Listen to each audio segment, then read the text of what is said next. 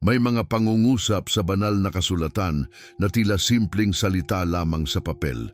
Ngunit kapag binuksan mo ng buong puso, mararamdaman mo ang bigat ng langit na bumabagsak sa iyong kaluluwa. Hindi ito mga payo ng tao, hindi ito mga pilosopiya ng mundo. Ito ay mga pangako na may kapangyarihang baguhin ang direksyon ng iyong buhay. Ngunit bakit, kung totoo ang mga pangakong ito, napakaraming tao pa rin ang nabubuhay na parang walang liwanag, parang patuloy na nahuhulog sa kadiliman ng kawalan ng pag-asa. Ikaw mismo, ilang ulit mo nang naramdaman na parang wala ng sagot, na kahit anong pilit, hindi mo matakasan ng takot, ang kakulangan, ang mga sugat ng nakaraan. Ang katotohanan na ito, matagal nang isinisigaw ng Diyos ang kanyang karunungan, ngunit iilan lamang ang nakaririnig. Marami ang abala, maraming nakatutok sa ingay ng mundo, sa pangako ng pera, sa pag-ibig na hindi totoo, sa kapangyarihang mabilis kumupas. At habang sila'y lumulubog sa maling mga tinig, nananatiling nakatago ang tinig ng Diyos, isang tinig na puno ng kapangyarihan, puno ng pag-ibig, at puno ng mga lihim na kayang baguhin ng mismong hinaharap mo. Isipin mo ito, ang lahat ng tagumpay, kapayapaan at katatagan na desperado mong hinahanap sa labas, matagal nang nakahanda sa presensya ng Diyos. Ngunit hindi mo mararanasan ang mga ito kung hindi ka handang buksan ang iyong puso sa kanyang banal na karunungan. Hindi ito basta payo o tips sa buhay. Ito ay apoy na dumadaloy mula sa kanyang bibig. Liwanag na pumapawi sa lahat ng anino, espada na pumupunit sa lahat ng kasinungalingang bumabalot sa iyong isipan. At ang tanong ay ito, handa ka bang tanggapin ito o mas pipiliin mong manatili sa parehong landas na nagdadala sa iyo sa kawalan? Kapag sinabi ng Diyos, ang aking mga plano ay para sa iyong ikabubuti, hindi para sa kapahamakan, hindi ba dapat kang manginig? Hindi ba dapat mabuksan ang iyong mga mata at masabi, Panginoon, ako na mismo ang pumipigil sa aking pagpapala. Sapagkat iyon ang katotohanan, ang hadlang ay hindi ang Diyos, kundi ang ating sariling pagdududa, ang ating sariling pagtanggi na sumuko sa kanyang karunungan. At sa bawat pagtanggi, lalo tayong nalulubog sa lungkot na akala natin ni normal lang. Ngunit ngayong oras na ito, naririto ang paanyaya. Pakinggan mo ang tinig na matagal nang kumakatok. Hindi ito para bukas. Hindi ito para sa susunod na linggo. Ang kapangyarihan ng kanyang salita ay buhay ngayon. Ang tanong ay, ikaw ba'y makikinig o hahayaan mong palampasin muli ang sandaling ito?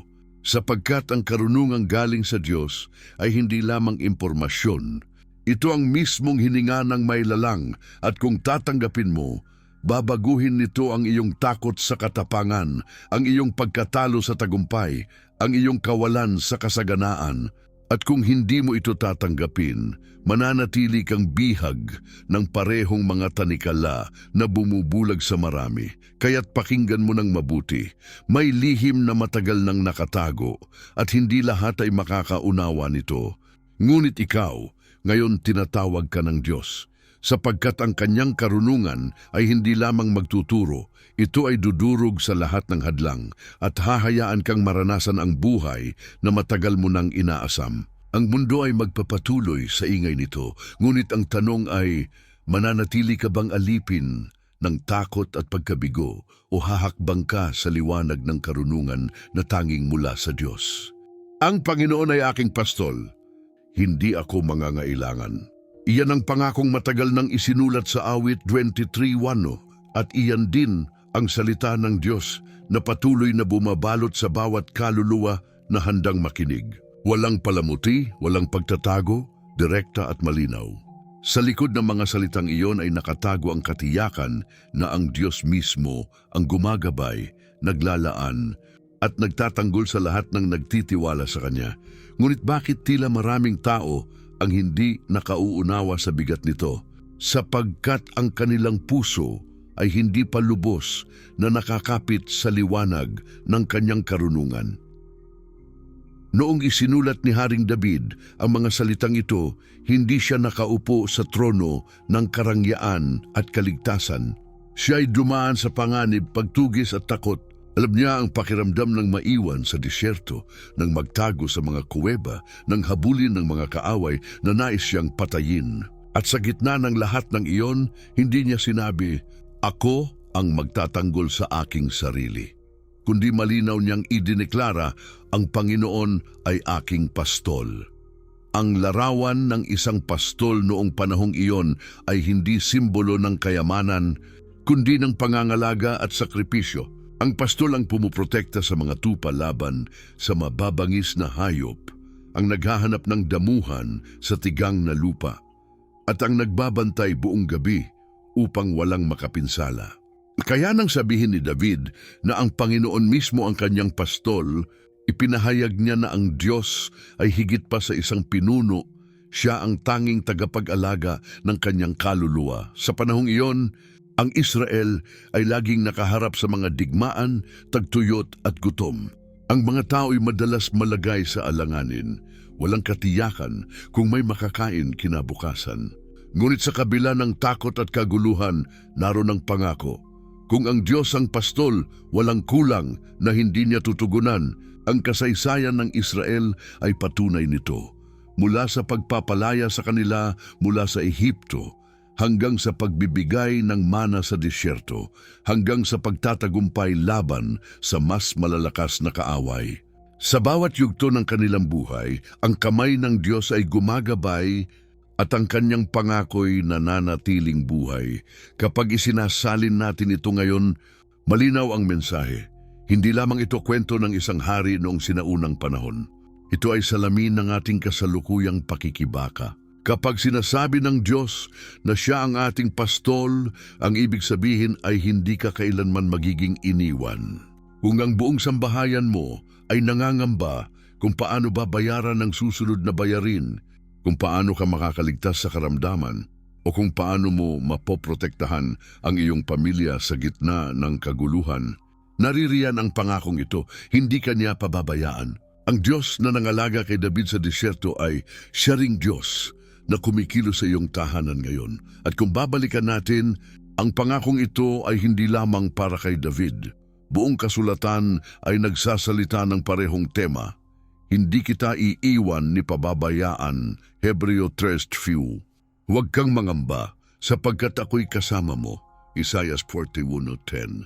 Ang mga salitang ito'y paulit-ulit, upang ipakita na ang Diyos ay tapat sa lahat ng panahon, hindi nagbabago kahit ilang libong taon ang lumipas.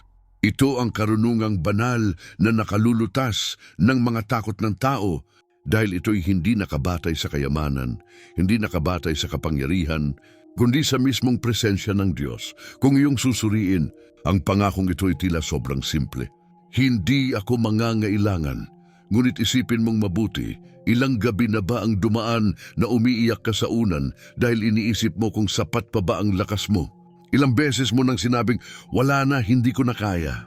Ngunit ang pangakong ito'y bumabalik at paulit-ulit na bumubulong, sa akin, hindi ka magkukulang.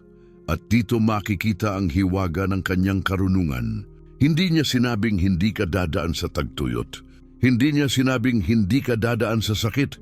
Ngunit tiniyak niya na sa bawat yugto, naroon siya bilang pastol at dahil kasama mo siya, ang lahat ng iyong pangangailangan ay matutugunan ayon sa kanyang paraan. Sa ating panahon ng kawalan ng katiyakan, ito ang salitang kailangan mong panghawakan. Habang ang balita ay puno ng digmaan, habang ang lipunan ay lulong sa kasakiman at kawalan ng pag-asa, naririto ang tinig ng Diyos na nagsasabi, ako ang iyong pastol. At kung siya ang iyong pastol, hindi ba't dapat nanginig ang lahat ng iyong pangamba? Hindi ba't dapat maglaho ang lahat ng iyong duda? Sapagkat ang makapangyarihang lumikha, ang Diyos ng walang hanggan, ay kumikilos mismo para sa iyo. At sa puntong ito, mapapansin mong may paanyaya sa bawat salita. Ang pangakong ito'y hindi lang para basahin at isara ang aklat. Ito'y paanyaya para isuko mo ang lahat ng iyong pasanin at hayaang ang Diyos mismo ang magdala. At dito nagiging malinaw, hindi lang ito kwento ng nakaraan, kundi isang paalala na ang buhay mo ngayon ay maaaring baguhin kung tatanggapin mo ang gabay ng pastol na iyon. Sapagkat Sa sandaling yakapin mo ang kanyang pangako, mararanasan mo ang kapayapaan na hindi kayang ibigay ng mundo. At ito ang simula lamang. Sapagkat kapag inilapat natin ang pangakong ito sa ating araw-araw na pamumuhay, matutuklasan pa natin na may mas malalim na kapangyarihang nakatago rito. Isang kapangyarihang hindi lamang nagbibigay ng pag-asa, kundi bumabago sa mismong puso at isip ng sino mang tumatanggap. At doon magsisimula ang mas dakilang revelasyon na nakalaan sa susunod. Kapag tinitingnan mo ang ating mundo ngayon, hindi mo may kakaila ang bigat ng takot na bumabalot sa bawat tahanan. May mga balitang puno ng digmaan, may mga pamilyang nagugutom, may mga bata na hindi alam kung saan sila kukuha ng lakas para bukas. May mga magulang na nakahiga tuwing gabi na umiiyak ng palihim dahil iniisip nila kung paano bubuhayin ang kanilang mga anak sa gitna ng kawalan. May mga kabataan na naghahanap ng pag-asa ngunit nalulunod sa ingay ng social media at pangakong walang laman. At marahil ikaw mismo ilang ulit mo na ring tinanong sa sarili mo, nasaan ang Diyos sa lahat ng ito? Ngunit kung babalikan mo ang sinabi ni David, ang Panginoon ay aking pastol, hindi ako mangangailangan. Mapapansin mong ang kasalukuyang kalagayan natin ay hindi nalalayo sa dinaanan nila noon. Sila man ay nakaranas ng takot, gutom at kawalan ng katiyakan. Nang sila'y tumakas mula sa Ehipto, dinala sila ng Diyos sa disyerto kung saan walang pagkain, walang tubig at tila walang kasiguraduhan. At doon mismo nagpakita ang Diyos bilang pastol, nagbigay ng mana mula sa langit, nagpaagos ng tubig mula sa bato, nagtaboy ng mga kaaway na tila imposibleng talunin. Kung kaya't ang parehong pangako na kumilos noon ay siya ring pangako na kumikilos ngayon. Isipin mong mabuti kung paano binantayan ng Diyos ang kanyang bayan sa gitna ng disyerto. Hindi ba't kaya niya ring bantayan ang iyong tahanan sa gitna ng kaguluhan ng modernong panahon? Kapag nawalan ka ng trabaho at hindi mo alam kung saan ka kukuha ng susunod na kakainin, hindi ba't naroon pa rin ang parehong pastol na nangakong hindi ka pababayaan? Kapag ang balita ay nagdadala ng takot tungkol sa mga digmaan at kaguluhan, hindi ba't siya pa rin ang nagbibigay ng kapayapaan na hindi kayang ibigay ng mundo? At kapag ang katawan mo'y nanghihina dahil sa karamdaman, hindi ba't siya pa rin ang dakilang manggagamot na nagbibigay ng lakas higit pa sa gamot ng tao? Sa bawat sulok ng lipunan ngayon, naroroon ang gutom para sa katiyakan. Ang mga tao'y naghahanap ng seguridad sa pera, sa relasyon, sa gobyerno, sa teknolohiya, ngunit sa huli, lahat ng iyon ay nabibigo. Ilang kumpanya ang bumagsak sa isang iglap. Ilang pamilya ang naghiwa-hiwalay sa isang araw. Ilang teknolohiya ang nangakong magbibigay ng kaligtasan, ngunit nag-iwan lamang ng mas maraming kalituhan. At sa gitna ng lahat ng kabiguan na ito, tumitindig ang isang tinig na hindi nagbabago. Ako ang iyong pastol, kaya't kapag binibigkas mo ang pangako ng Diyos, hindi lang ito salita para sa simbahan, hindi lang ito talata para sa mga pari o pastor. Ito'y mismong sandigan para sa iyo, isang ina na walang kasiguraduhan sa kinabukasan ng kanyang mga anak, isang ama na araw-araw na lumalaban sa hirap ng trabaho, isang lola na nananalangin para sa kaligtasan ng kanyang pamilya, isang kabataan na natatakot na baka bukas ay mas masahol pa ang mundo. Ito ang sagot sa bawat luha na dumadaloy sa gabi. Ito ang kasagutan sa bawat tanong na matagal nang nananatiling walang sagot. Ngunit huwag mong isipin na ang pangakong ito ay malayo at mahirap abutin. Ito'y totoo sa mismong araw na ito. Ilang tao na ang makapagsasabi na sa oras na akala nila'y wala nang tutulong, dumating ang isang di inaasahang pintuan, isang tawag, isang tao o isang pagkakataon na nagligtas sa kanila mula sa kawalan. Hindi ba't yun mismo ang kamay ng Diyos na kumikilos? Hindi ba't yun ang paalala na ang pangako ng pastol ay hindi kailanman naglalaho? At kung tutuusin, ang pinakamalaking problema ng tao ngayon ay hindi lang ang kakulangan ng pera o pagkain, kundi ang kawalan ng kapayapaan sa puso. Ang takot sa hinaharap ay mas mabigat pa kaysa sa anumang bayarin. Ang pangungulila ay mas masakit pa kaysa sa anumang sugat sa katawan. At dito pumapasok ang liwanag ng pangako kapag sinabi ng Diyos na hindi ka mangangailangan, kasama rito ang lahat, pangangailangan ng katawan, ng kaluluwa at ng espiritu. Siya ang nagbibigay ng kapayapaan sa gitna ng digmaan. Siya ang nagbibigay ng tapang sa gitna ng takot. Siya ang nagbibigay ng pag-asa sa gitna ng kawalan. Kaya tanungin mo ang sarili mo ngayon, ilang ulit ka nang nagtiwala sa mga bagay na bumigo sa iyo? Ilang ulit ka nang umasa sa pangako ng tao na hindi tinupad? At hanggang kailan ka pa magpapaloko sa kasinungalingan ng mundo na sinasabi sa iyo na kaya mong mag-isa? Sapagkat narito ang paanyaya, tumingin ka sa Diyos na siyang tunay na pastol at mararanasan mo ang kasagutan na matagal mo nang hinahanap. Ang kasaysayan at kasalukuyan ay magkasalubong sa puntong ito. Ang parehong Diyos na kumilos para sa Israel ay siya ring Diyos na kumikilos para sa iyo ngayon. At kung makikita mo ang kanyang kamay noon, makikita mo rin ito ngayon. Ang problema, marami ang hindi handang tumingin. Marami ang mas pinipiling maniwala sa takot kaysa sa pangako. Ngunit ikaw, ngayon tinatawag ka ng Diyos para buksan ang iyong mga mata. Sapagkat sa oras na iyon, matutuklasan mo na ang pangakong matagal mo nang binabaliwala ay siyang magiging susi ng pagbabago sa iyong buhay. At dito, nagsisimula ang mas malalim na revelasyon. Sapagkat ang tanong ngayon ay hindi lamang kung naniniwala ka na ang Diyos ay pastol, kundi kung handa ka bang ilagay ang iyong buong pagtitiwala sa kanyang kamay. Dahil kapag ginawa mo iyon, makikita mo kung paano babaligtarin ng Diyos ang lahat ng bagay, mula sa takot tungo sa kapayapaan, mula sa kawalan tungo sa kasaganaan, mula sa kawalan ng direksyon tungo sa landas na puno ng liwanag. At iyon ang simula ng isang paglalakbay na hindi nahahayaan ng Diyos na maputol, sapagkat siya ang pastol na hindi kailanman umaalis. Maraming tao ang nagtanong kung totoo ang pangako ng Diyos na siya ang aking pastol, bakit parang wala pa ring pagbabago sa buhay ko? Ngunit ang sagot ay hindi matatagpuan sa teorya, kundi sa mga kwento ng mga buhay na binago mismo ng pangakong iyon.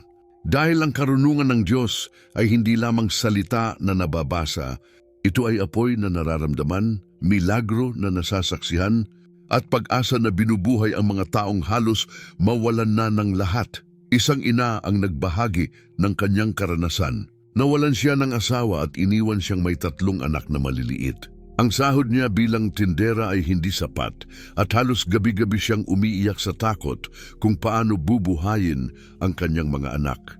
Ngunit sa gitna ng kanyang paghihinagpis, lagi niyang inuulit sa kanyang sarili ang awit 23:1. Ang Panginoon ay aking pastol, hindi ako mangangailangan, at sa hindi niya inaasahan, dumating ang mga biyayang hindi niya kayang ipaliwanag, isang kapitbahay na nagdala ng pagkain, isang kamag-anak na biglang tumulong sa bayarin sa eskwela, isang maliit na negosyo na nagsimulang lumago. Ngayon, habang nakaupo siya kasama ang kanyang mga anak, buo ang kanyang pananalig na ang Diyos ay hindi kailanman pumabaya. Ang kanyang kwento ay hindi kwento ng kahinaan, kundi ng katapatan ng Diyos na gumabay sa kanya sa bawat hakbang. Isang kabataan naman ang halos masira ang buhay dahil sa bisyo at maling barkada. Dumating siya sa puntong wala nang naniniwala sa kanya, pamilya, guro, kaibigan, lahat sumuko. Ngunit sa gitna ng kanyang pagkakalugmok, isang kaibigan ang nagpaalala ng parehong pangako. Hindi ka mangangailangan dahil ang Panginoon ang iyong pastol. Doon niya napagtanto na ang tunay na kakulangan niya ay hindi pera o tirahan, kundi direksyon at pag-ibig. Sa kanyang panalangin ng pagsuko, naramdaman niyang may kakaibang kapayapaan na bumalot sa kanya. Unti-unti niyang iniwan ang bisyo, nagbalik sa pag-aaral, at ngayon ay naglilingkod na bilang isang guro sa kanyang sariling komunidad. Hindi dahil siya ay malakas, kundi dahil ang pangako ng Diyos ay nagbukas ng pintuan tungo sa bagong buhay. At hindi lamang sa ating panahon nakikita ang kapangyarihan ng pangakong ito. Sa Biblia pa lamang, makikita natin ang mga taong tumanggap ng parehong pangako at naranasan ang milagro. Si Elias, halimbawa, sa panahon ng matinding tagtuyot, ay dinalhan ng Diyos ng pagkain sa pamamagitan ng mga uwak at pagkatapos ay pinakain ng isang biyuda na wala ring sapat para sa sarili. Ngunit sa kabila ng kanilang kakulangan, hindi sila pinabayaan. Mula sa maliit na langis at harina, nagkaroon sila ng pagkain na hindi nauubos hanggang dumating ang ulan. Hindi ba't malinaw na larawan iyon na kapag ang Diyos ang pastol, walang kulang na hindi niya tutugunan? Sa modernong panahon, libo-libo ang makakapagpatunay. Isang ama ang nawalan ng trabaho at halos mawalan na ng pag-asa. Ngunit sa halip na sumuko, araw-araw niyang idinadalangin ang pangakong ito. Hanggang isang araw, nakatanggap siya ng tawag mula sa kumpanyang matagal na niyang inaasahan at binigyan siya ng mas mabuting posisyon kaysa sa nawala sa kanya. Hindi niya ito nakita bilang tsamba, kundi bilang pagtupad ng Diyos sa kanyang salita. Sapagkat ang Diyos ay hindi tao na nagsisinungaling, ang kanyang pangako'y laging totoo. Kung makikinig ka pa sa iba't ibang kwento, mapapansin mong iisa ang pattern, ang mga taong nasa bingit ng kawalan, ang mga pusong sugatan, ang mga pamilyang wasak, lahat sila ay muling binuo sa pamamagitan ng pagtitiwala sa pangakong, "Ako ang iyong pastol." Isang babae ang dumaranas ng kanser ang nagsabi, "Akala ko katapusan na, ngunit sa bawat chemotherapy, nadarama ko ang lakas na hindi galing sa akin. Alam kong siya ang nagpapalakas sa akin." Isang lolo ang iniwan ng kanyang mga anak sa kahirapan, ngunit isang simbahan ang biglang naghandog ng tulong at doon niya naramdaman, hindi pala ako nag-iisa at hindi pala ako pinabayaan ng Diyos. Ang mga kwentong ito'y hindi katang-isip. Sila'y buhay na ebidensya na ang pangako ng Diyos ay gumagana hindi lamang noon kundi hanggang ngayon. Kapag inihalin tulad mo sa mga kwento sa kasulatan, makikita mong ang parehong Diyos na kumilos sa buhay ni na David, Elias at ng buong Israel ay siya ring kumikilos sa ating paligid. Ang mga testimonya ng mga simpleng tao ngayon ay pagpapatuloy lamang ng mga himala na nagsimula pa libu-libong taon na ang nakalipas. Ang pinakapuso ng lahat ng ito ay malinaw. Ang Diyos ay tapat.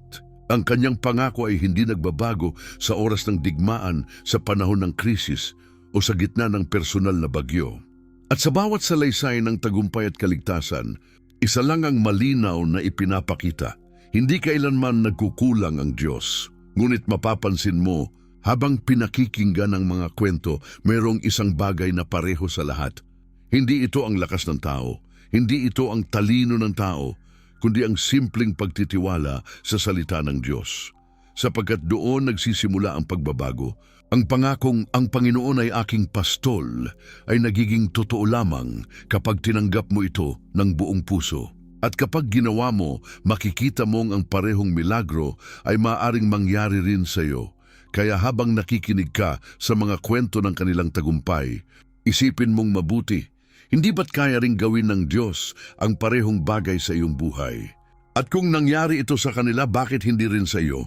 Ay mga testimonya ay hindi lamang kwento ng iba, kundi paanyaya para sa iyong sariling pagsubok at sariling pananampalataya.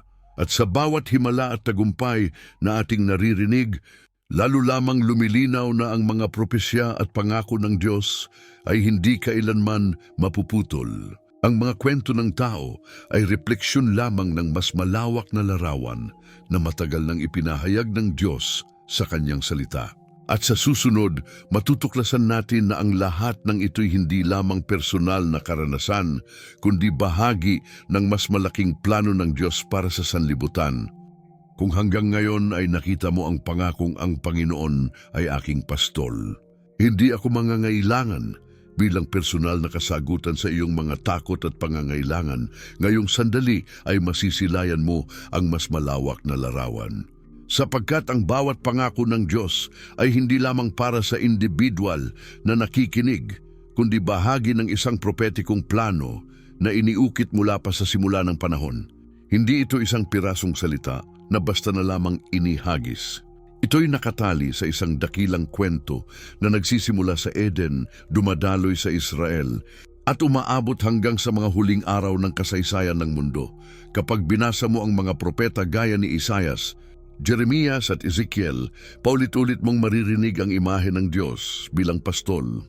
Si Isaias ay nagsabi, papastulin niya ang kanyang kawan na gaya ng isang pastol, kanyang titipunin ng mga tupa sa kanyang bisig, Isaiah 40:11. Hindi ba't eksaktong larawan ito ng sinabi ni David? Ngunit pansinin mong hindi lamang ito tungkol kay David o sa mga Israelita noon.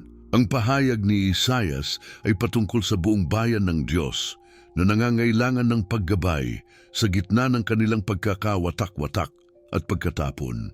Ibig sabihin, ang pangako ng Diyos na siya ang pastol ay tumatawid sa mga henerasyon at nagiging mensahe para sa lahat ng panahon. At nang dumating si Jesus, siya mismo ang nagpatibay ng larawang ito. Ako ang mabuting pastol, wika niya sa Juan 3:11, at ibinibigay ko ang aking buhay para sa mga tupa. Sa puntong ito, ang pangako ng Diyos ay nagkaroon ng pinakamalinaw na katuparan. Hindi lamang siya nagbigay ng tinapay sa disyerto o tubig mula sa bato, ibinigay niya ang kanyang sariling buhay upang ang sinumang manampalataya ay magkaroon ng buhay na walang hanggan.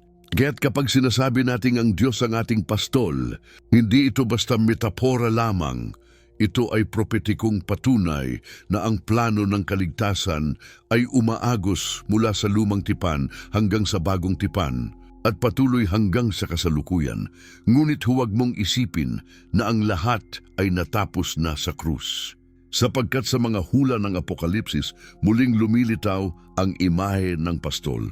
Sa Apokalipsis 7:17, sinasabi, sapagkat ang kordero na nasa gitna ng trono ay magiging kanilang pastol at papatnubayan sila sa mga bukal ng tubig ng buhay. Narito ang huling larawan ng katuparan mula sa pastol na nag-alaga kay David hanggang sa pastol na nagpakilala kay Jesus, hanggang sa kordero na siyang hahantong sa atin sa walang hanggang buhay. Ang pangako ay hindi lamang para sa pansamantalang kaginawaan dito sa lupa, kundi para sa walang hanggang kaligtasan. Kung babalikan natin ang kasaysayan, makikita nating tuwing natutupad ang mga propesya, palaging kasama ang pangakong ito ng gabay at pagkalinga ng Diyos.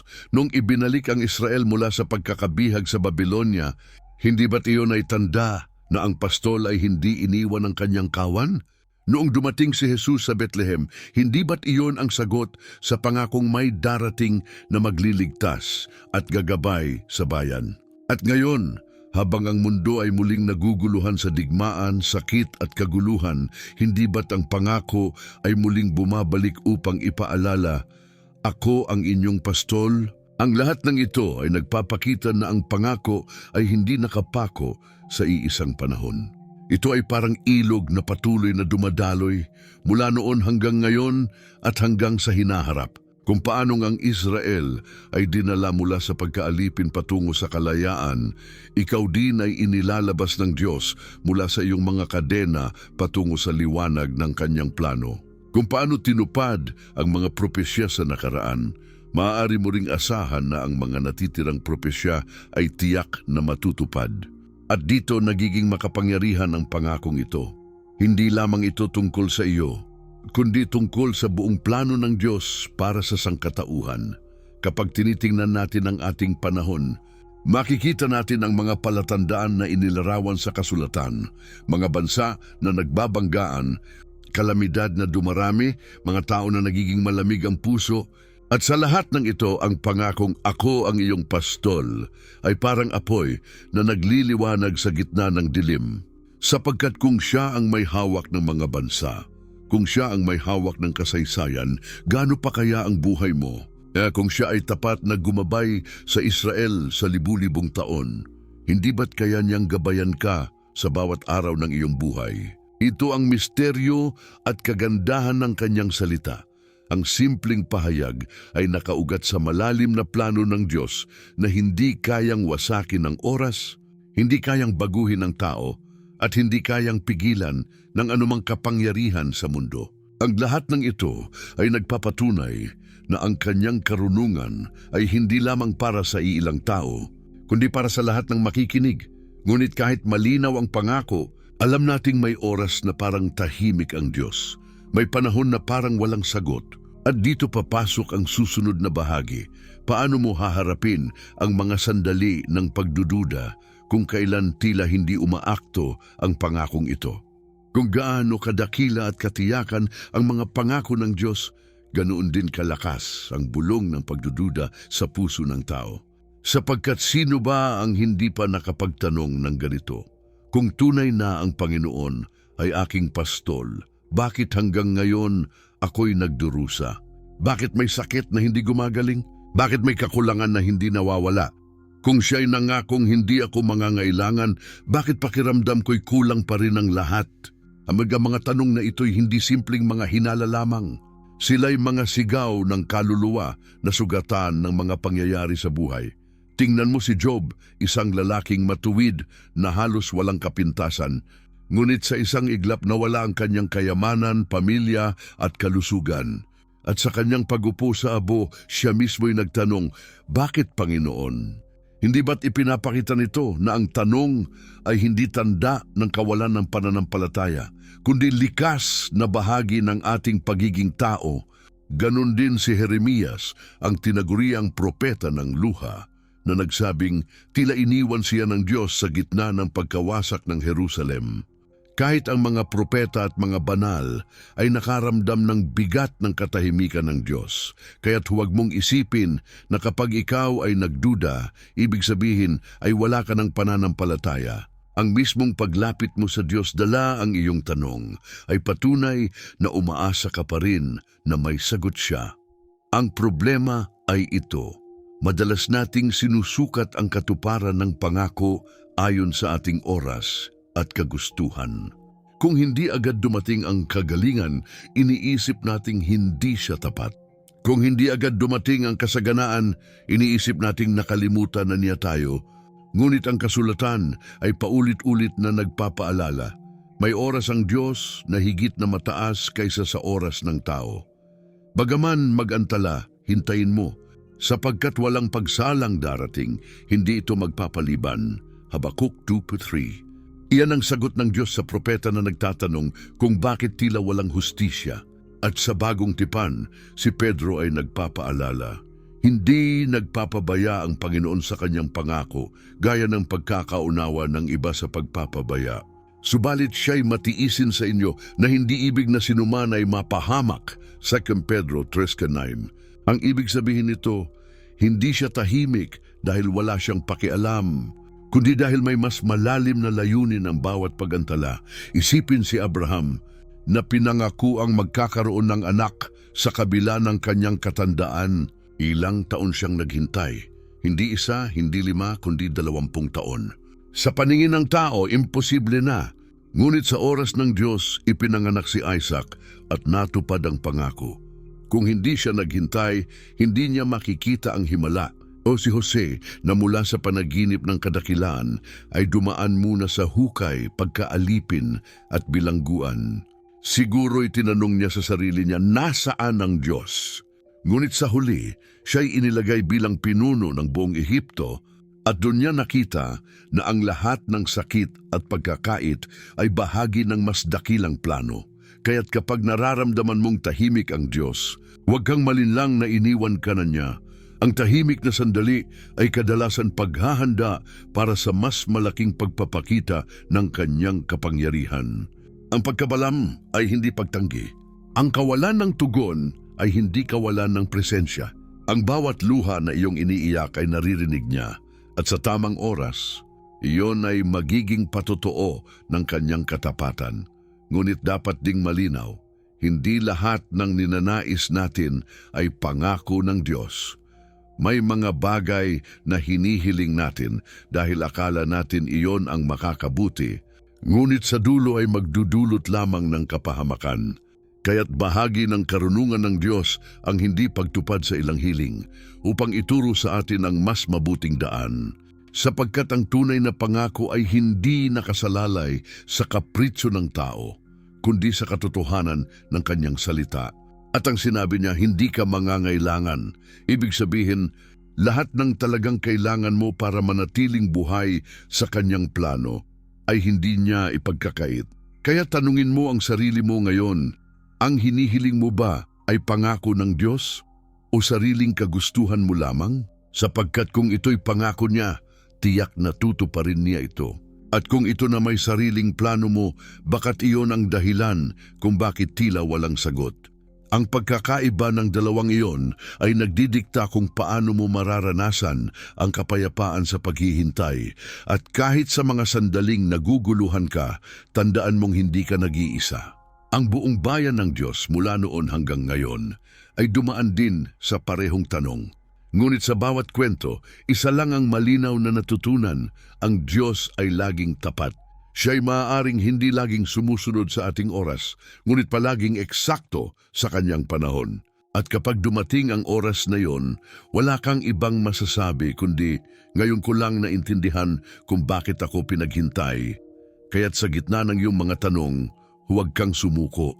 Dalhin mo ang iyong pagdududa sa Diyos mismo at hayaan mong ang kanyang salita ang magpatibay ng iyong puso. Sapagkat sa huli, hindi ang laki ng iyong pagdududa ang magtatakda ng kanyang katapatan, kundi ang laki ng kanyang pag-ibig na hindi kailanman nagkukulang. At dito magsisimula ang susunod na hakbang kung paano mo maisasabuhay ang pangakong ito sa araw-araw, hindi lamang bilang teorya, kundi bilang praktikal na lakas na magbibigay sa iyo ng direksyon at kapayapaan sa bawat sandali ng iyong buhay. Kung sa mga nakaraang bahagi ay nakita mo ang lawak at lalim ng pangakong ang Panginoon ay aking pastol, hindi ako mangangailangan, ngayon naman ay oras na upang maisabuhay ito sa pinakapraktikal na paraan. Sapagkat ang pangako ay hindi lamang salita para basahin o alaala para sambitin. Ito'y paanyaya na ipamuhay araw-araw sa gitna ng iyong trabaho, pamilya at mga pangarap. Walang saysay ang kaalaman kung hindi ito nagiging hakbang. At ngayon, ikaw ay tinatawag na gawing karanasan ng salita ng Diyos. Una, alalahanin mong muli ang mismong pangako. Ang sinabi ni David ay hindi simpleng pahayag ng kumpiyansa. Ito ay panata ng tiwala. Kapag sinabi mong ang Panginoon ay aking pastol, tinatanggap mo na siya ang may kontrol at ikaw ay isang tupa na susunod sa kanyang tinig. Ito ang unang hakbang. Kilalanin na hindi mo hawak ang lahat at isuko mo ang iyong pagkontrol sa Diyos na nakaaalam ng lahat. Sapagkat hanggat kumakapit ka sa sarili mong lakas, hindi mo makikita ang kapangyarihan ng pastol. Pangalawa, ipahayag ang pangako. Huwag mo lamang itong itago sa isipan. Sambitin mo ito araw-araw. Sa oras ng takot, sabihin mo ng malakas, ang Panginoon ay aking pastol. Hindi ako mangangailangan. Sa oras ng kawalan, ipahayag mo, hindi ako magugutom sapagkat siya ang aking tagapagkaloob. Ang mga salitang ito'y hindi mahika, kundi pag-amin ng pananampalataya. Kapag binibigkas mo ito, pinapalakas mo ang iyong kaluluwa at pinapaalala sa iyong isipan kung sino talaga ang may hawak ng lahat. Pangatlo, isama ito sa panalangin. Tuwing lalapit ka sa Diyos, huwag mo lang hingin ang gusto mo. Ipahayag mo ang tiwala na kaya niyang ibigay ang tunay mong kailangan. Sabihin mo, Panginoon, ikaw ang aking pastol. Alam mo ang lahat ng aking takot at pangangailangan. Hindi ko man makita ang lahat ng sagot, nagtitiwala akong sapat na ang inyong biyaya. Ang ganitong panalangin ay hindi umaasa sa agarang resulta, kundi kumakapit sa katiyakan ng kanyang katapatan. Pang-apat, magpasalamat bago pa dumating ang kasagutan. Isa ito sa pinakamakapangyarihang hakbang ng pananampalataya, ang magpasalamat kahit wala pang nakikitang pagbabago. Kapag sinabi mong, "Salamat, Panginoon, dahil hindi mo ako pababayaan," binubuksan mo ang iyong puso sa milagro. Ang pasasalamat ay susi na nagbubukas ng pintuan ng langit dahil ipinapakita nito na naniniwala ka sa kanyang salita bago mo pa makita ang bunga. Panglima, palitan ang takot ng salita ng Diyos. Kapag ang iyong isip ay pinupuno ng mga balitang puno ng digmaan, crisis at kahirapan, hindi mo maiiwasang mangamba. Kaya't sadyain mong punuin ang iyong isipan ng kanyang pangako. Sa halip na hayaang kainin ka ng mga alalahanin, ulitin mo ang mga salita ng kasulatan. Kapag may dumarating na pangamba, tanungin ang sarili, ano ba ang sinabi ng Diyos? At dun mo ipapalit ang takot ng katotohanan ng kanyang salita. Pang-anim, isabuhay ito sa gawa. Kung naniniwala kang ang Panginoon ay iyong pastol, hayaan mong makita ito sa iyong mga desisyon. Kung siya ang iyong tagapagbigay, huwag kang mabuhay sa kasakiman o pag-aalala. Kung siya ang iyong gabay, hayaan mong ang iyong direksyon ay naayon sa kanyang kalooban, hindi sa pansamantalang pagnanasa. Ang pananampalataya ay hindi natatapos sa salita. Ito ay nakikita sa aksyon. Pangpito, himukin ang iba sa parehong pangako. Kapag nakita mong may kaibigan o kapamilyang nawawalan ng pag-asa, ipaalala mo sa kanila ang sinabi ng Diyos. Huwag mong sarilinin ang liwanag. Ang pangakong ito'y hindi lamang para sa iyo, kundi para sa lahat ng handang tumanggap. At sa oras na maranasan mo ang biyaya, maging patutuo ka rin ng kanyang kabutihan. At upang mas mailapat pa ito, isipin mo ang mga konkretong larawan. Isang ina na araw-araw na ipinapahayag ang pangako sa kanyang mga anak bago sila matulog, at doon natututunan ng mga bata na huwag matakot sa hinaharap. Isang manggagawa na kahit walang kasiguraduhan sa trabaho, nagsisimula ng araw sa panalangin at sa huli nakakakita ng pintuan na biglang nagbukas. Isang matanda na mag-isa, ngunit humahawak sa salita ng Diyos, at sa kabila ng kanyang kalungkutan, nararamdaman ang kapayapaan na parang may kasama siyang laging nagbabantay. Ito ang mga larawan ng pangakong naisa sa buhay, hindi sa ideal na mundo, kundi sa gitna ng tunay na kahirapan. Ngunit huwag mong ipagpaliban. Ang pinakamalaking panganib ay ang pagkaalam ng pangako, ngunit hindi ito isinasabuhay. Ang pagsasabuhay ng salita ng Diyos ay dapat magsimula ngayon. Kapag natapos ang video o mensaheng ito, huwag mong hayaang manatili itong simpleng inspirasyon. Gawin mo itong hakbang. Isara mo ang iyong mga mata at sambitin ang pangako.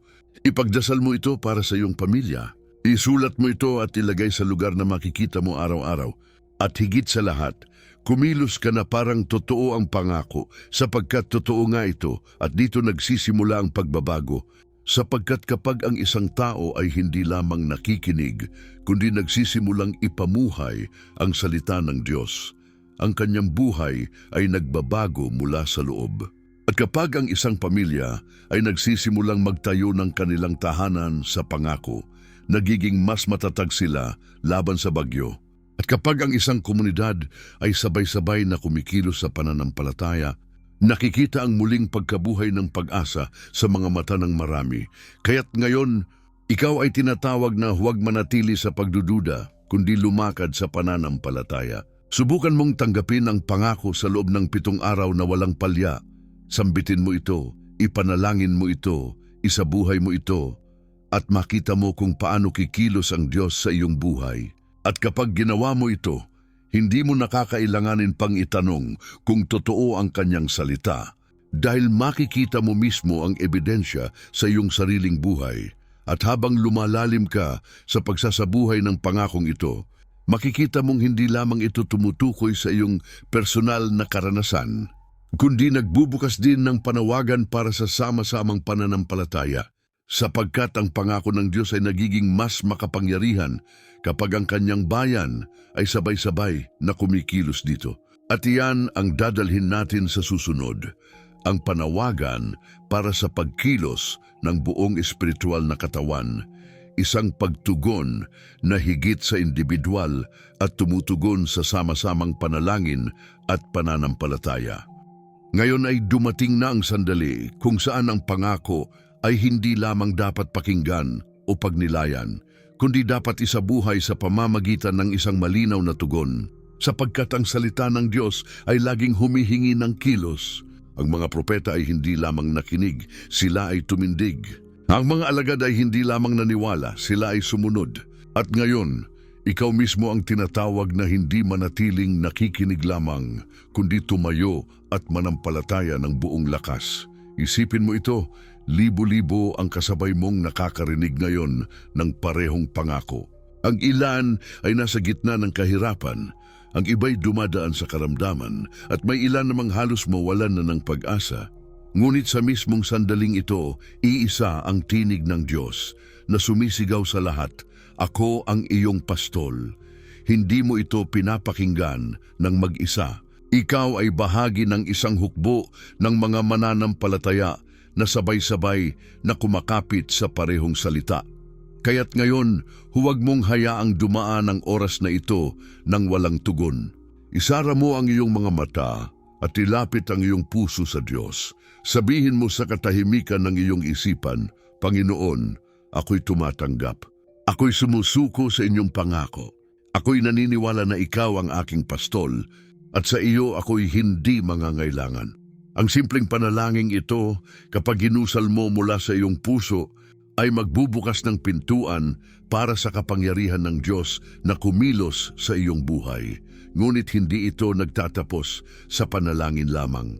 Mayroon ding panawagan na ilagay sa harapan ng Diyos ang lahat ng bagay na nagpahirap sa iyo, mga alalahanin, takot, kasalanan at sugat ng nakaraan. Ilapag mo ito sa kanyang paanan. Huwag mong dalhin mag-isa ang bigat na iyon. Ang mismong layunin ng pastol ay akuin ang lahat ng pasan ng kanyang mga tupa. Kapag inihabilin mo sa kanya ang iyong mga takot, saka mo lamang mararanasan ang tunay na kalayaan. Ngayon, gawin mo itong konkretong hakbang. Ituring mong parang may inilalagay ka sa harap ng Diyos. Kung ang iyong iniinda ay sakit, banggitin mo ito sa kanya at sabihin, "Panginoon, inilalagay ko ito sa inyong mga kamay." Kung ang iniiyak mo ay pamilya, sabihin mo, "Panginoon, inyo silang pangalagaan." Kung ito na may kawalan ng pag-asa, ilapit mo, "Panginoon, ipunuin ninyo ako ng inyong lakas." Ang gawaing ito ay hindi lamang simbolo. Ito ay totoong paglipat ng iyong bigat tungo sa kanyang mga balikat. At tandaan mo, hindi ka nag-iisa. Habang ginagawa mo ito, libo-libong iba ang gumagawa rin ng parehong hakbang. Sila man ay nasa ibang lungsod, bansa o panahon ng kanilang buhay, iisa ang kanilang pinapahayag.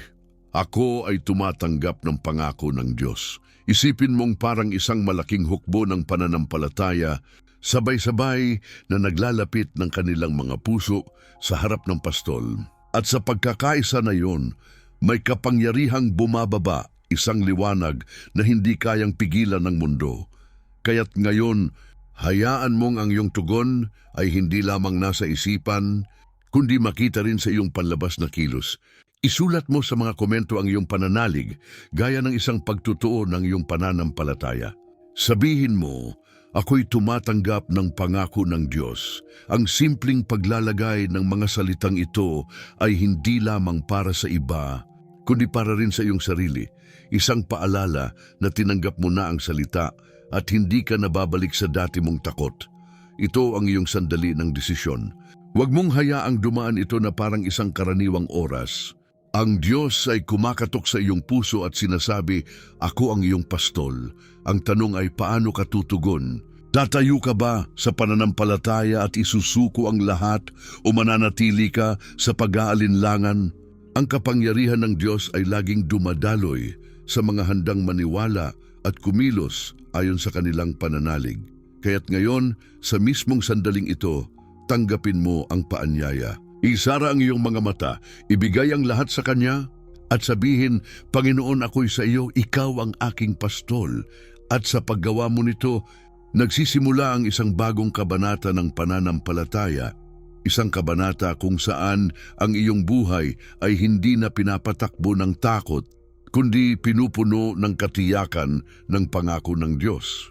At mula sa hakbang na ito ng pananampalataya, dadalhin ka natin sa isang mas mataas na karanasan, ang sama-samang panalangin at pagdaing. Isang panalangin hindi lamang galing sa isa, kundi galing sa lahat na naniniwala, sapagkat ang susunod na yugto ay hindi lamang pagtanggap, kundi malakas na panawagan sa Diyos na kumilos sa ating buhay, pamilya at buong bansa. Isara mo ang iyong mga mata ngayon at hayaang ang iyong puso ay tumahimik sa harap ng Diyos. Ilagay mo ang iyong kamay sa iyong dibdib at maramdaman mong ang bawat tibok ng iyong puso ay hawak niya, sapagkat ito ang sandali ng pananalangin, hindi bilang isang tao lamang, kundi bilang bahagi ng isang sambayanan na sabay-sabay na humihiling sa Panginoon ng katuparan ng kanyang mga pangako. Ama naming nasa langit, kami lumalapit sa iyo ngayon na may buong kababaang loob at pananampalataya. Kami dumudulog sa inyo dala ang aming mga sugat, mga takot at mga pangangailangan. At inuulit namin ang salita na iyong ipinangako. Ang Panginoon ay aking pastol, hindi ako mangangailangan. Ito ang aming sandigan, ito ang aming haligi, at ito ang katotohanan na tinatanggap naming lahat sa aming mga buhay. Panginoon, tinitipon mo ang iyong bayan mula sa iba't ibang lugar, mula sa iba't ibang kalagayan. Ngunit isa ang aming sigaw, ikaw ang aming tagapag-alaga. Kaya sa oras na ito, kami sama-samang nananampalataya, nakikilos ka sa bawat pamilya, sa bawat tahanan at sa bawat pusong nakikinig ngayon.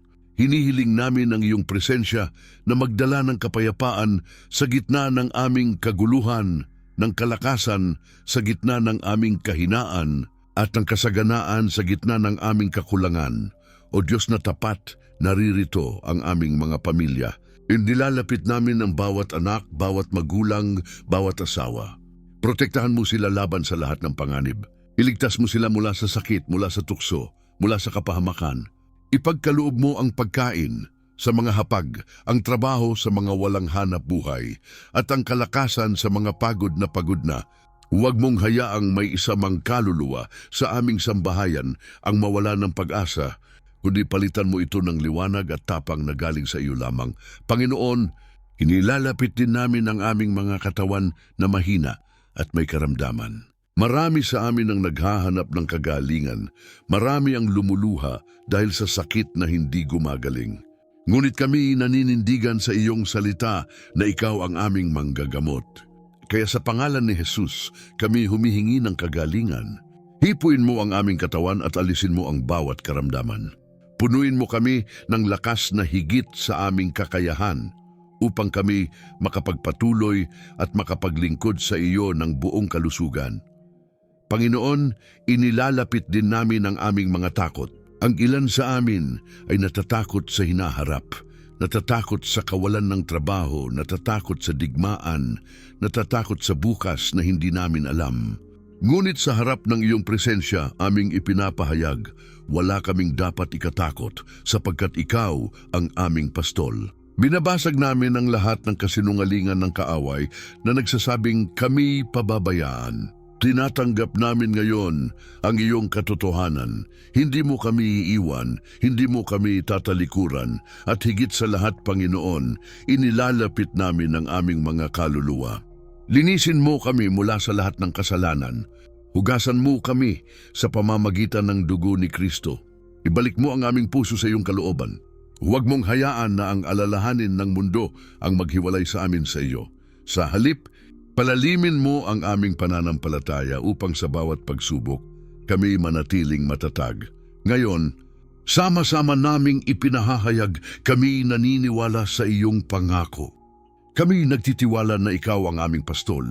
Kami naninindigan na hindi mo kami pababayaan. Kaya't sa pangalan ng Panginoong Hesus, aming itinataas ang lahat ng ito.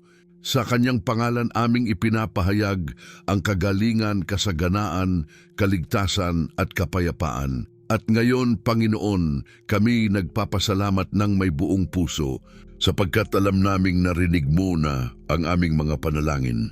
Hindi man namin makita agad ang lahat ng kasagutan, tiyak naming kikilos ka sa tamang panahon. At kami magsasabi ng may buong pananampalataya, salamat, Panginoon, dahil ikaw ay tapat, mga kapatid. Kung ikaw ay nananalangin kasama namin ngayon, sabihin mo sa iyong puso, ako ay naniniwala. At isulat mo rin bilang patotoo, ako ay nananampalataya sa pangako ng Diyos. Sapagkat sa pamamagitan ng pagkakaisa ng pananampalataya, lalong nagiging makapangyarihan ang panalangin ng bayan ng Diyos. At mula sa panalangin ito, Dadalhin tayo ng Diyos sa mas payapang bahagi, kung saan ang kanyang tinig ay magsisilbing aliw at patnubay matapos ang ating pagdaing. Sapagkat ang ating Diyos ay hindi lamang Diyos ng kapangyarihan, kundi Diyos din ng kaaliwan at pag-asa. Pagkatapos ng ating pananalangin at pagdaing, hayaan nating ang ating mga puso ay mapuno ng kapayapaan at katiyakan. Sapagkat ang Diyos na ating tinawag ay siya ring Diyos na tumutugon. At sa katahimikan ng sandaling ito, pakinggan mong mabuti. Hindi kailanman nagkukulang ang Panginoon sa kanyang mga pangako. Mula sa simula ng panahon hanggang ngayon, siya ay tapat at mananatiling tapat magpakailanman. Kung may alinlangan pa rin sa iyong isip, alalahanin ang mga salita ng kasulatan. Huwag kang matakot sapagkat ako'y kasama mo. Huwag kang manglupaypay sapagkat ako ang iyong Diyos. Aking palalakasin ka, oo, aking tutulungan ka, Isaiah 41:10. Hindi ba't ito ang mismong tugon sa bawat takot mo? O kaya na may pakinggan mo ang Jeremias 29:11, sapagkat nalalaman ko ang mga plano ko para sa inyo, mga planong sa ikabubuti at hindi sa ikasasama, upang bigyan kayo ng pag-asa at hinaharap. At muli, sa bagong tipan, tiniyak ni Pablo, sapagkat gaano man karami ang mga pangako ng Diyos, sa Kanya ay oo. Kaya't sa pamamagitan niya ang amin ding amen, sa 2 Korinto 1:20. Sa bawat talatang ito, muling pinapaalala ng Diyos na hindi ka nag-iisa. Oo, may mga araw na mabigat, may mga gabi na puno ng luha, ngunit hindi kailanman mawawala ang kanyang kamay na sumasalo sa iyo. Ang Diyos ay hindi nagbabago. Kung siya ay naging tapat kay Abraham, kay David, at sa buong Israel, tiyak na siya rin ay magiging tapat sa iyo ngayon. Isipin mong sandali ang iyong buhay kung wala ang pangako ng Diyos. Ang takot ay maghahari, ang kawalan ng direksyon ay lulunurin ka, at ang hinaharap ay magiging madilim. Ngunit dahil sa pangakong ito, mayroong liwanag. Maaari mong isipin ang iyong tahanan na napapalibutan ng kanyang kapayapaan, ang iyong mga anak na ligtas sa ilalim ng kanyang proteksyon, ang iyong mga pangarap na nakasandig, hindi sa lakas ng tao, kundi sa katapatan ng Diyos. At kung sakaling muli kang salakayin ng duda, alalahanin mong ang Diyos ay hindi tumitigil sa pagkilos. Kahit hindi mo nakikita, siya ay gumagawa. Kahit hindi mo nararamdaman, siya ay gumagabay. At kahit tila walang sagot, siya ay nagsusulat ng kwento na higit na maganda kaysa sa lahat ng iniisip mo. Ang kanyang mga plano ay laging mas mataas, mas dakila, at mas makapangyarihan kaysa sa anumang plano ng tao. Kaya ngayon, sa sandaling ito, hayaan mong mapuno ang iyong puso ng katiyakan. Sabihin mo sa iyong sarili, hindi ako nag-iisa. Ang Diyos ay kasama ko. Ang kanyang pangako ay sapat. Sapagkat ito ang tunay na lakas ng pananampalataya, ang maniwala hindi lamang kapag maganda ang sitwasyon, kundi lalo na kapag madilim ang paligid. At habang pinapalakas ng Diyos ang iyong puso ngayon, alalahanin mo ring ang lakas na ito ay hindi lamang para sa iyo. Ito ay para rin sa mga taong iyong makakasama, pamilya, kaibigan, kapatid sa pananampalataya, upang ikaw man ay maging patotoo ng pag-asa. Sapagkat ang taong puno ng pangako ng Diyos ay nagiging ilaw sa gitna ng dilim, kaya't patuloy kang kumapit. Huwag kang bumitaw kahit pa mahirap. Huwag kang panghinaan ng loob kahit pa mahaba ang paghihintay. Sapagkat ang Diyos ay kumikilos kahit sa katahimikan, at sa oras na kanyang itinakda, makikita mong totoo ang lahat ng kanyang sinabi. At sa paghahanda natin para sa huling bahagi ng mensaheng ito, dadaling ka ng Diyos sa isang desisyon, isang hakbang ng pananampalataya na magbubukas ng pinto para sa mas marami pang biyaya at kapangyarihan. Sapagkat ang susunod ay hindi lamang pagtatapos, kundi isang panawagan para sa iyo na patuloy na sumama sa landas ng pananampalataya at maging bahagi ng komunidad ng mga naniniwala. Ngayong natapos na natin ang paglalakbay sa pangako ng Diyos, hayaan mong muling itanim sa iyong puso ang pangunahing katotohanan. Ang Panginoon ay aking pastol, hindi ako mangangailangan. Ito ang salita na nagbigay lakas kay David, nagbigay pag-asa sa Israel, at patuloy na nagbibigay katiyakan sa lahat ng handang manampalataya. Hindi ito salita lamang ng kahapon, kundi pangakong buhay ngayon at bukas. Pangakong kayang baguhin ang takbo ng iyong buhay kung tunay mong hahawakan. Ngayon ay maaari mong sabihin sa iyong sarili, "Oo, ako ay may mga pagsubok. Oo, ako ay may takot. Ngunit higit sa lahat ng ito, ako ay may Diyos na tapat sa kanyang mga salita."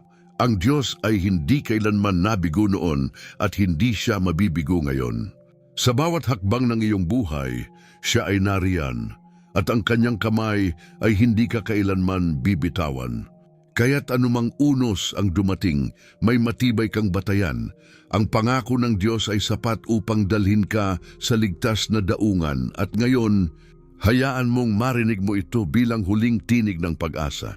Hindi mo kailangang maglakad ng mag-isa. Ang Diyos ay kasama mo.